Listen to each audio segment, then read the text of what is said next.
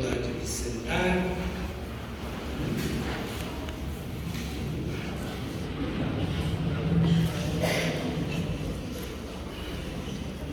Caros irmãos, caras irmãs, já ultrapassamos a metade desse tempo pascal e estamos ainda celebrando, como sempre celebramos, as alegrias da ressurreição do Senhor e assim firmamos ainda mais a nossa fé em nosso Deus.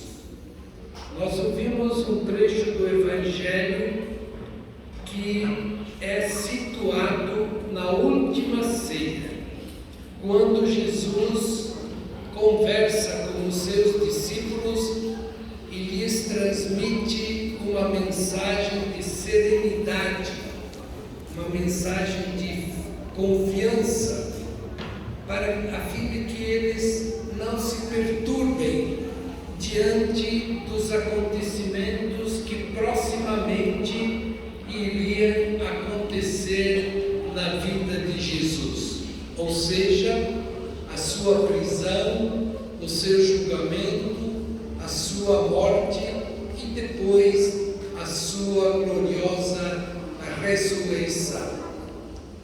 Jesus diz aos seus discípulos que ele vai preparar um lugar para eles e que para chegar a este lugar eles precisam percorrer o mesmo caminho de Jesus. E então entra em cena um dos apóstolos chamado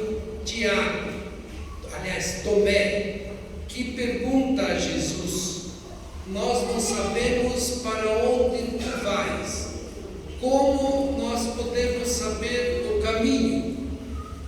E Jesus responde de uma forma muito simples, mas ao mesmo tempo profunda: eu sou o caminho, não apenas o caminho, eu sou a verdade, não apenas o caminho e a verdade, eu sou a vida, certamente fazendo uma referência à sua ressurreição.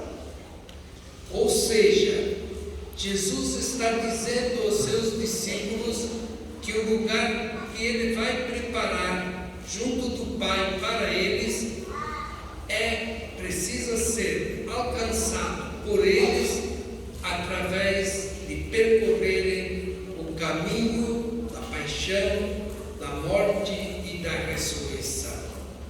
Lembremos que domingo passado, domingo do Bom Pastor, o Evangelho nos dizia, Jesus se apresentava como a porta pela qual todas as ovelhas precisam passar para fazer parte do seu rebanho. Não há outro caminho, não há outra porta, é a única que existe. Não existem atalhos, subterfúgios, de jeito e maneira. Só através de Jesus se chega ao Pai e só através de Jesus se chega à morada que está no céu, esperando a cada um de nós. Depois entra em cena um outro discípulo chamado Filipe, diante do pedido que está, reflexão do pedido que Jesus faz, mostrando para eles que se eles conhecessem a Ele mesmo, Jesus, também conheceria o Pai, porque o Pai e eu, como disse o próprio Jesus, somos um. Filipe pergunta a Jesus, diz a Jesus: mostra-nos o Pai, isto é suficiente. E Jesus, como que chamando um pouco a atenção de Filipe, recorda que ele faz tempo que está no meio deles, que realizou muitas obras, que ensinou amou muito a palavra de Deus, que foi solidário com eles e com tantas outras pessoas particularmente necessitadas. E tu, Felipe, ainda não entendestes que o Pai está em mim e eu estou no Pai? Portanto, a única maneira de conhecer Deus é conhecer Jesus, porque Jesus é a encarnação de Deus. Nós só podemos conhecer Jesus lendo livros, que sempre são muito importantes, com certeza, nem de qualquer outra forma, nem tendo visões, porque não é assim que se conhece a Deus. Nós conhecemos a Deus conhecendo Jesus, acreditando em Jesus, confiando em Jesus, seguindo os seus ensinamentos, porque eles nos revelam quem é o Pai, quem é Deus. E quando então conhecemos este Deus manifestado em Jesus, passamos a fazer parte da família de Jesus, da família dos salvos. Quando seguimos o seu caminho, então nós fazemos parte da sua família, somos seus discípulos, como nos diz Pedro no segundo texto que nós ouvimos hoje. Nós então estamos alicerçados sobre a pedra angular firme que é Jesus. Não é qualquer outra coisa, é Jesus. E se a nossa fé não estiver fundamentada, e se a nossa vida não estiver colocada em Jesus, ela não é firme, não é autêntica, não resiste. Portanto, Jesus é a pedra que sustenta a nossa vida, especialmente a nossa vida de fé. É a pedra que sustenta as nossas relações humanas, familiares e especialmente na comunidade cristã. Afinal de contas, como nos diz Paulo, todos recebemos o mesmo batismo, todos ouvimos a mesma palavra, todos acreditamos no mesmo Jesus. Portanto, nós fazemos parte da sua família, somos a sua família. Porém, não somos uma família perfeita, porque somos seres humanos, com as nossas limitações, com as nossas vicissitudes, com as nossas teimosias, às vezes até com os enganos que tomam conta de nossa vida.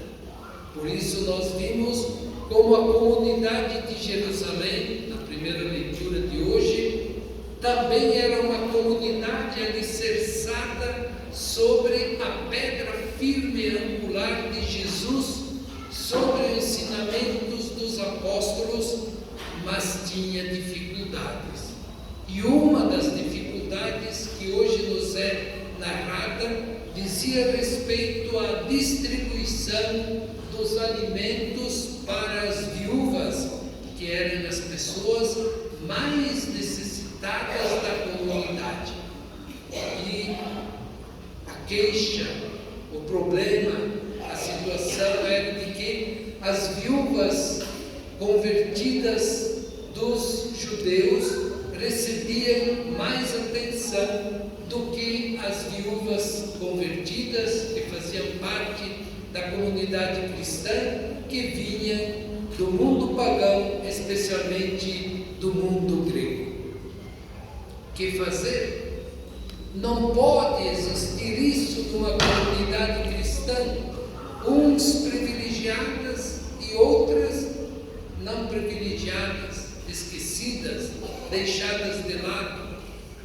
Os que vinham do judaísmo, como se diz na minha terra, não podiam puxar a brasa para o seu assado, mas tinham que dar os alimentos a todos igualmente, de acordo com as necessidades de cada um.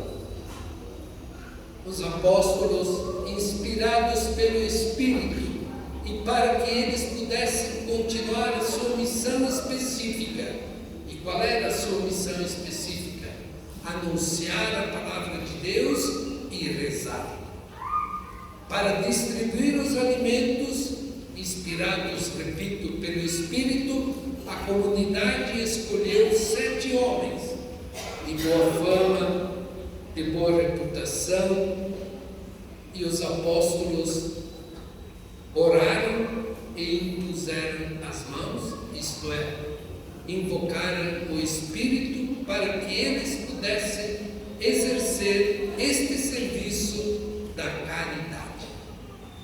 E assim a comunidade, firmada sobre a pedra angular de Jesus, o único caminho que leva ao Pai, ia crescendo cada vez mais, porque ela descobria, pelos ensinamentos do próprio Jesus, as soluções para as novas situações, dificuldades que iam aparecer. O Espírito Santo encontra soluções que nós nem imaginamos que possam existir. É por isso que precisamos estar sempre abertos para acolher aquilo que Ele nos orienta e nos ensina, e assim continuarmos a fazer parte da grande família dos filhos e filhas de Deus, amados por Jesus, rumo à morada que Ele já nos preparou no céu, após a nossa caminhada neste mundo, a vitória, a glória junto de Deus, definitivamente e para sempre. Renovemos